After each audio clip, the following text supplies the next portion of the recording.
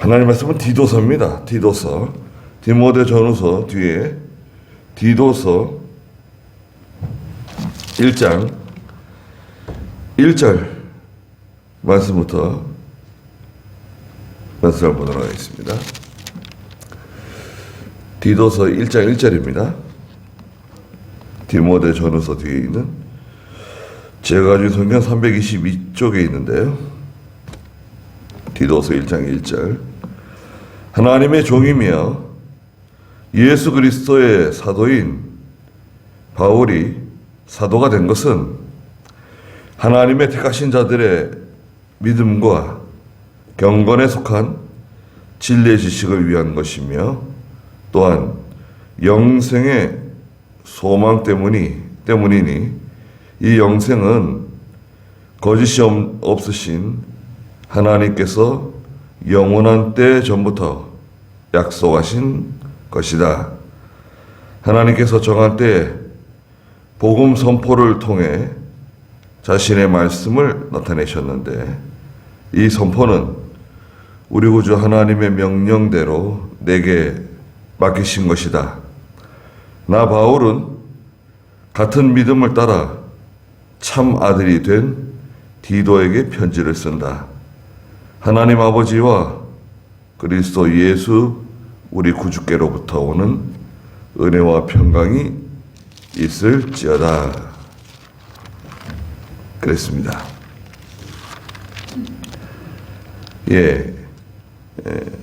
디도서는 그 사도 바울이 디도에게 보낸 서간 편지 채로 되어 있는 하나님 말씀입니다. 주후 약 한 64년에서 65년경 기록된 것으로 보고요. 특별히 디도는 헬라 사람입니다.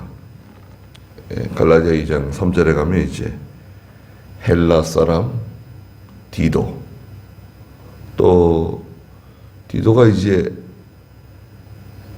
참 아들 된 디도라고 금방 읽은 4절에 있는 것처럼 참 아들 된 디도라고 소개하고 있습니다. 디도는 좋은 사람이죠. 참 아들이라고 말한 사람은 디모데하고 디도가 유일해요. 사도 바울이. 그런데 디도도 디모데후서 6장에서 보면은 디모데후서 4장에 보면은 10절에 대만은 이 세상을 사랑하여 나를 버리고 데살로니가로 갔고 그레스게는 갈라디아로 디도는 달마디아로 갔다. 세상을 사랑해서 나를 버리고 또 사도 바울을 따라서 하나님의 뜻에 순종하면서 걸어가다 보니까 너무 힘들고 고난이 많아가지고 그래서 디도도 일순간 그 시험의 때가 있었어요. 방황하던 때가 있었습니다. 그래서 사람이 다 연약합니다. 마가도 그죠? 마가도 사도 바울과 바나바 사이에서 시험을 일으켰죠. 마가 때문에. 마가는 그 마가의 다락방의 주인공 아닙니까? 그러나 마가는 너무나 그 믿음이 연약하고 또 배신하고 또 문제를 일으키는 문제덩어리, 골칫덩어리죠. 그러나 후에는 마가가 사도 바울에게 유익한 사람이라고, 마가 네가 올 때 디모데에게 네가 올 때 마가를 좀 데려오라고 당부를 하죠. 우리도 다 마찬가지입니다. 저희도 하나님께서 우리의 그 과거, 우리가 과거에 뭐 했습니까? 과거에 믿음 없을 때, 참 하나님이 저희들을 부르셔가지고 예수 믿게 하시고, 또 예수 믿어도 믿음이 어린 상태에서 점점 자라날 수 있도록 은혜 주시고, 여기까지 인도해 주신 거잖아요. 그래서 우리가 이제 누구를 판단하거나 누구를 비판하거나 정죄할 수도 있는데, 진리 문제가 아니고 그게 무슨 교리적인, 그게 무슨 하나님의 구원원도에 큰 손해를 주는, 또 하나님의 계명의 심각한 부분을 훼손시키거나 어기고 나가지 않으면 그냥 좀 내버려 두는 게 좋아요. 그것을 다 따지자면 한이 없어요.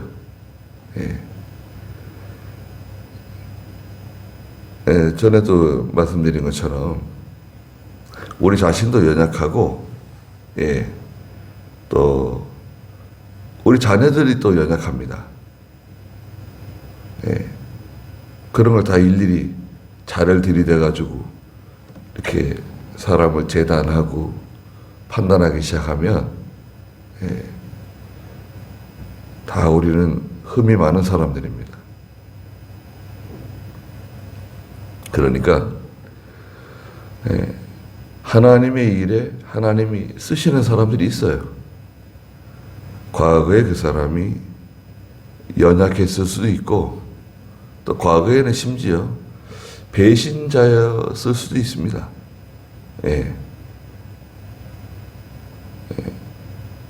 그 마가와 같이 예수님의 12제자들도 예수님 다 버리고 달아났습니다. 베드로는 뭐예요? 예수님 모른다고 3번 부인하고. 우리는 뭐 베드로만한 믿음이 있나요? 얼떨결에, 나는 그런 마음 전혀 없지만 얼떨결에 그만 죄를 지을 수도 있고, 그만 얼떨결에 하나님 앞에 잘못할 수 있어요. 회개하고 바로 서면 되는 거예요. 그게 중요합니다. 회개하고 징계받을 게 있으면 징계받으면 되고, 징계받아야 될 사람이 징계 안 받고 넘어가면 문제가 있어요. 무슨 문제가 있냐? 하나님께 쓰임받지를 못해요. 어떤 징계받을 만한 범죄 사항이 있는데, 징계를 받아야 할 때 징계를 받지 않고 그걸 덮고 가잖아요. 그러면 하나님께 쓰임을 못 받아요. 더러운 게 그냥 묻어 있는 거예요. 회개하고 징계를 받을 사항은 징계를 받고, 또 책망받을 일이 있으면 책망받는 거예요. 그걸 털고 가면 돼. 그럼 나중에 그 사람 또 쓰임 받을 수 있어요. 근데 이거 징계 안 받고 그냥 그걸 덮어가지고 그냥 감추고 그러면 그 사람은 쓰임 받지 못합니다. 자, 디도는 헬라 사람, 지금으로 말하자면 이제 그리스 사람이에요. 이방 사람이죠. 이방 사람이지만 하나님께 잘 쓰임 받았습니다. 디모데도 아버지가 헬라 사람이죠. 어머니가 유대인이고, 그것도 이제 혼혈이죠. 혼혈을 가진 자녀 디모데인데, 그래도 디모데가 얼마나 믿음이 좋습니까? 디모데 같은 사람 하나 있으면 참 걱정이 없죠. 디모데는 아무 교회에 보내도 감당할 사람이에요. 그 교회가 편안한 교회든지 시험이 있는 교회든지 어려움이 있는 교회든지 디모데를 보내면 사도 바울은 마음이 편안해요. 걱정이 없어요. 왜? 디모데가 기도하면서 그걸 잘 감당할 수 있기 때문에 걱정 안 하는 거예요. 여기 1절 하나님의 종이며 예수 그리스도의 사도인 바울이 그랬습니다. 종은 세 가지 특징이 있죠. 종은 소유권이 없는 사람입니다. 자기 게 없어요. 종은 주인을 두려워하면서 살잖아요. 자기 소유가 하나도 없습니다. 종이 자기 소유가 뭐가 있어요? 이 종은 우리나라로 말하자면 노비예요, 노비. 야, 마당새야. 야, 돌쇠야. 그 노비는 이름도 없었습니다.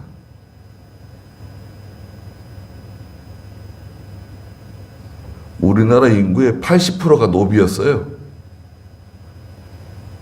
예? 80%가 노비. 그 다음에 상인. 그리고 소수의 양반들. 양반들이 다 차지하고 백성들을 다 노비 삼은 거예요.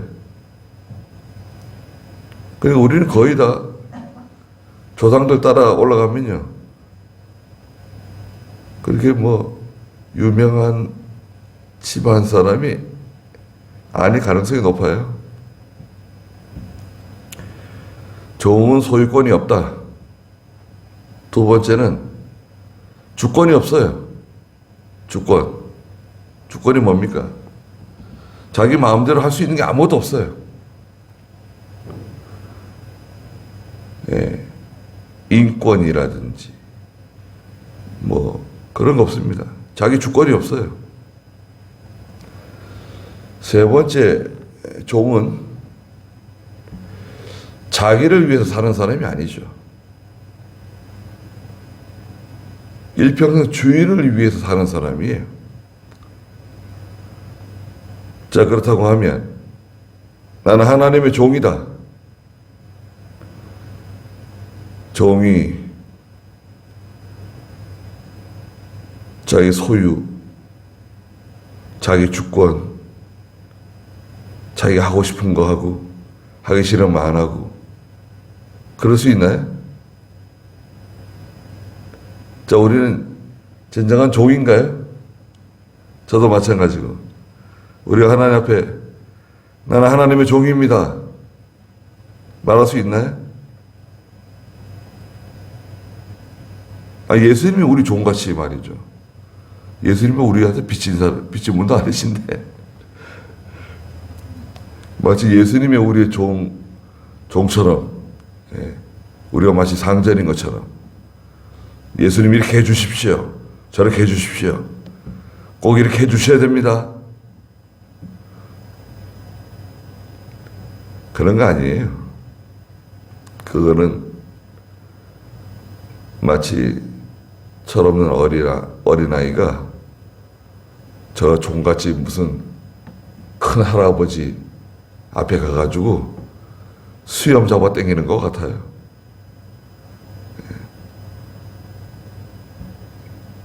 너무 철이 없어가지고 그거보다 더한 거죠. 사실은 예수님은 잘 모르고 하나님은 잘 몰라서 그렇게 하는 거죠. 하나님의 종 그리스도 예수의 진정한 종이 되십시오. 그러면 거기서 다 해결받는 거예요. 그리고 예수 그리스도의 사도다. 나는 사도, 보내심을 받은 사람이란 뜻을 갖고 있죠. 사도 바울이 자기 스스로를 내가 그리스도의 사도라고 소개하고 있어요. 그래서 우리는 원칙적으로 예수님의 많은 제자들이 있었지만 사도는 12명으로 보고 있어요. 12명. 베드로 중심으로 해서 12명인데 그 12명 중에 탈락된 사람이 있어요. 빠진 사람. 누구죠? 가룟 유다죠. 가룟 유다. 가룟 유다는 불신자입니다. 가룟 유다는 택함 받지 못한 사람이에요. 차라리 나지 않았으면 제게 더 좋을 뻔하였다. 예. 그 사도 바울 가룟 유다가 12사도 중에 제함을 받고 그 자리에 사도 바울이 들어가는 거죠. 그리고 특별히 12사도들의 대부분은 유대인들, 흩어져 있는 유대인들, 또 예루살렘에 있는 유대인들을 대상으로 복음을 전했다고 하면 사도 바울은 이방인을 위한 이방인의 사도로 하나님께 쓰임 받았습니다. 네. 사도 바울도 역시 유대인이었지만 교회를 핍박하는 사람이었죠. 나는 사도들 가운데 가장 작은 사람이고 성도들 가운데 지극히 작은 사람이다. 그리고 말년에 늙어서는 뭐라 그럽니까? 나는 죄인 중에 괴수와 같은 사람이다. 이렇게 자기를 또 소개했죠. 그렇지만 사도 바울이 얼마나 위대한 참 하나님의 종입니까? 그래서 나는 예수 그리스도의 사도로서 세 가지 일을 감당하는데, 첫째는 하나님의 택하신 자들의 믿음을 위해서 이 일을 한다. 하나님의 택하신 백성들이 많이 있는데 그들의 믿음을 위해서 내가 일한다. 우리도 택한 백성들, 성도들을 위해서 일하는 사람이 되어야 됩니다.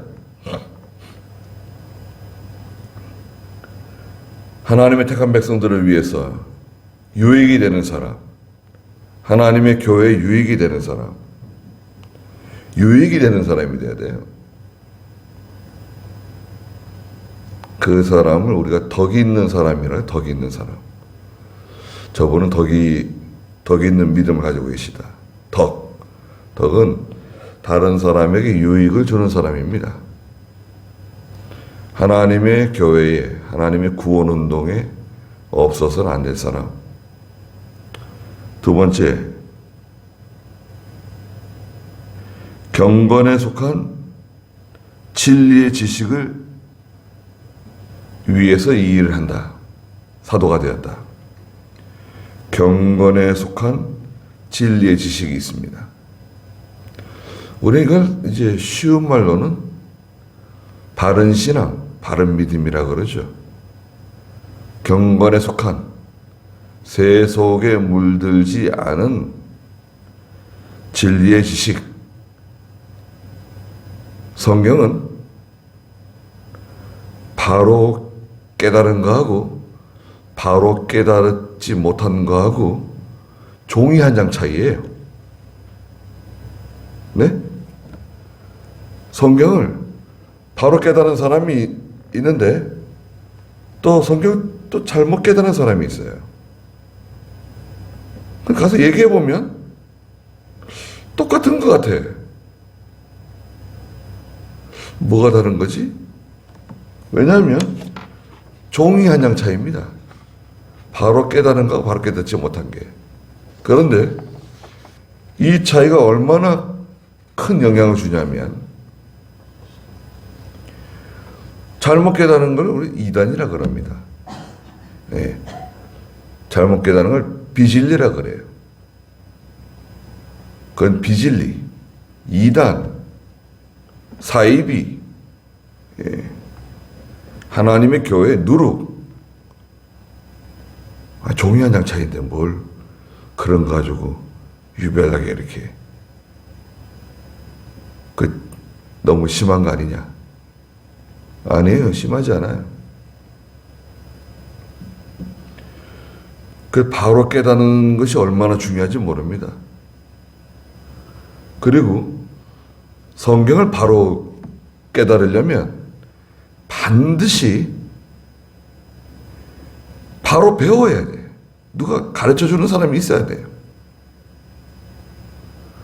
누가 가르쳐주는 사람이 없이 난 스스로 깨달았다. 이야, 그건 정말 이제 위험해지는 거예요.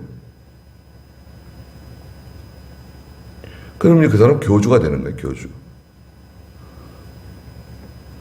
스스로 깨달은 사람 봤습니까? 스스로 깨달았다고 하는 것도 그 선생들이 가르쳐준 바른 신앙의 그 전통, 바른 신앙의 그 괄호 안에 들어가 있어야 돼요. 그 경계를 넘어가면 안 돼. 경계가 있습니다. 우리는 경계가 뭡니까? 우리의 그 믿음의 스승들, 좋은 목사님들, 훌륭한 목사님들, 그 다음에 중세의 바른 신앙을 가지고 있던 종교 개혁자들, 그 위에 교부들, 그 위에 예수님의 제자, 12사도들, 그 위에 예수 그리스도가 있습니다. 요게 정통이에요. 우리가 소위 말하는 정통. 이거 쌍무시하고 나는 혼자 깨달았다. 이야, 그러면 이제 성경 위에 올라가 있는 거예요, 그 사람이. 성경에 맞지 않는 건 다 비진리예요. 그건 독약이에요, 독약. 성경에 맞지 않은 거. 누구도 예외가 될 수가 없어요. 베드로가 주는 그리스도시요 살아계신 하나님의 아들이십니다. 영생의 말씀이 주께 있사오니 우리가 네게로 가오리까 너희도 가려느냐?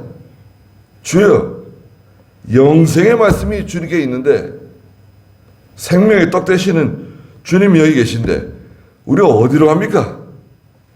얼마나 담대하고 말이죠. 근데 조금 있다가 예수님 십자가에 달려 죽어야 된다. 또 죽었다가 사흘 만에 부활해야 된다. 말했더니 그러면 안 된다는 거예요. 아니, 주님이 왜 십자가에 달려 돌아가셔야 되며 왜 우리를 떠나셔야 됩니까? 그럴 수는 없습니다. 또 그랬어요, 베드로가. 그 예수님께서 그래, 내 마음을 내가 이해한다. 봐줄게. 그러셨나요? 야, 이 사탄아 물러가라! 너는 나를 넘어지게 하는 사람이다. 너는 왜 하나님의 일을 생각지 않고 사람의 일을 생각하느냐? 조금 전에는 뭐 그렇게 칭찬해 주시고 말이죠. 이야, 그래, 귀한 믿음이라고 인정해 주셨는데 지금 뭐예요? 마귀 종 됐어. 자기가 무슨 말을 하는지도 모르고 사탄아 물러가라. 너는 왜 하나님의 일을 생각지 않고 사람의 일을 생각하느냐?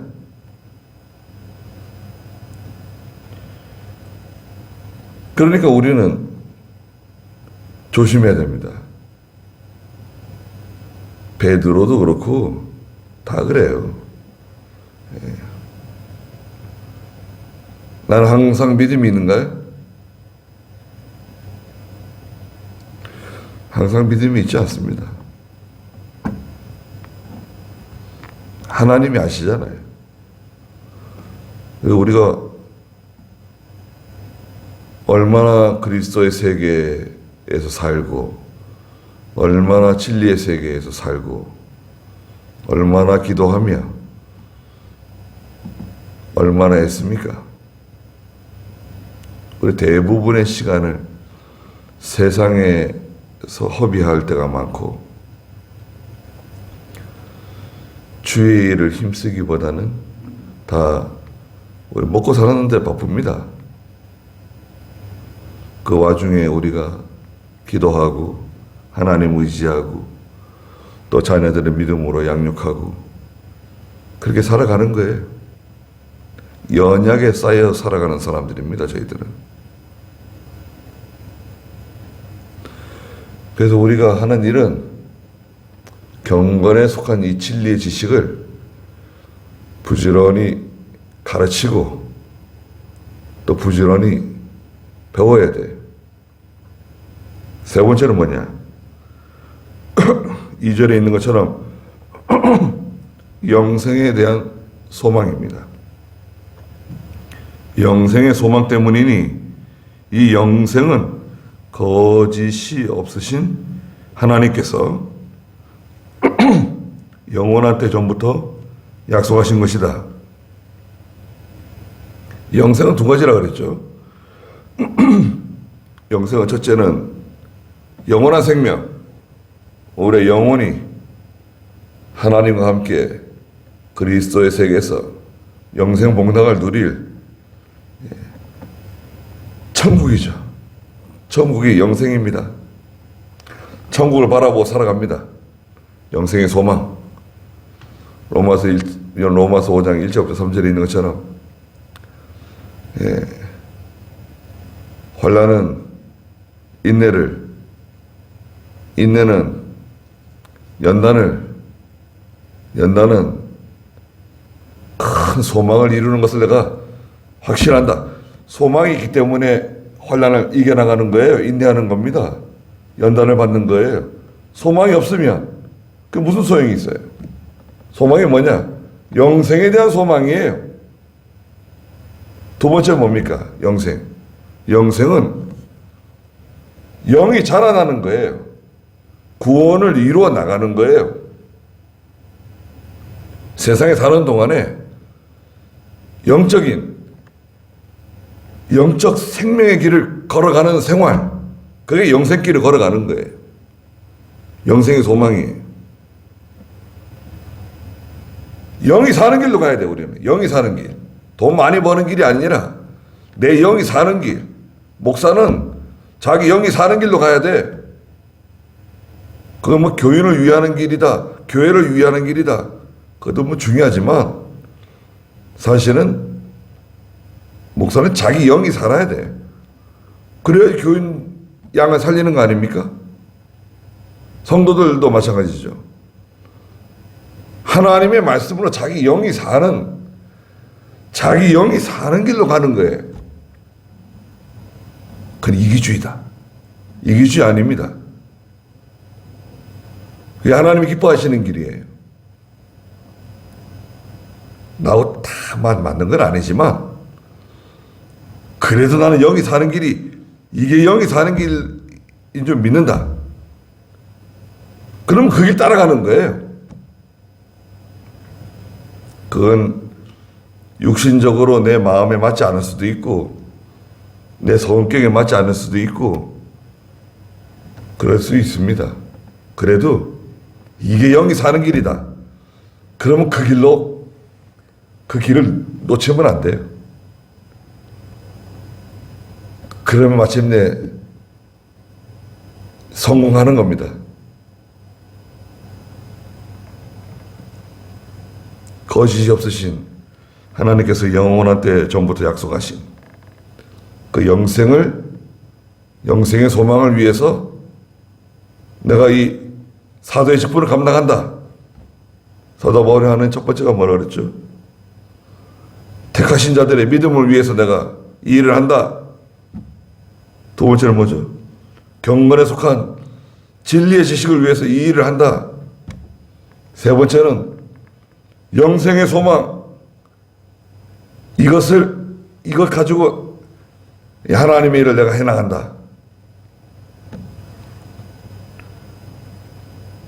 거기에 뭐 자기란 게 있어요? 나는 무엇 때문에 이거 한다. 자기 이익을 위해서, 자기 유익을 위해서, 자기의 사사로운 것을 위해서.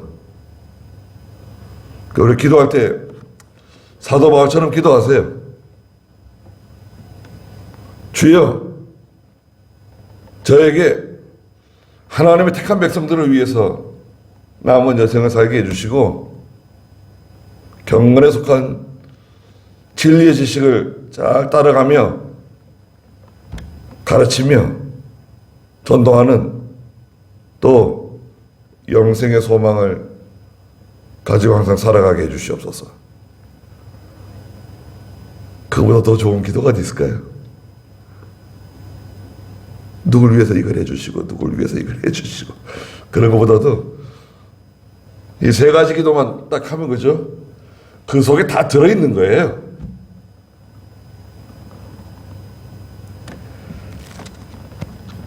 거기까지 하겠습니다. 기도하겠습니다. 거룩하신 하나님, 사도 바울이 과거에는 회방자요, 핍박자요, 죄인 중에 괴소와 같이 하나님의 일을 거스리는 위치에 있었지만 이제는 하나님의 나라를 위해서 온전히 하나님의 종이 되고 이방인들을 위한 사도로서 택한 백성들의 구원을 위해서 경건에 속한 하나님의 진리의 지식을 위해서 영생의 소망을 위해서 달려가며 자기의 사랑하는 믿음의 아들 디도에게 자기의 분명한 노선, 자기의 입장을 선언적으로 말하고 있습니다. 저희들도 사도 바울과 같은 믿음을 주시고 주님 앞에서 모든 일을 믿음으로 잘 감당해 나가는 은혜를 베풀어 주시옵소서. 오늘도 귀한 주님의 날을 허락해 주신 감사드립니다. 하나님께서 온종일 영광을 다 받아주시고 저희에게 은혜를 베풀어 주시옵소서. 예수님의 이름으로 기도드리옵나이다. 아멘.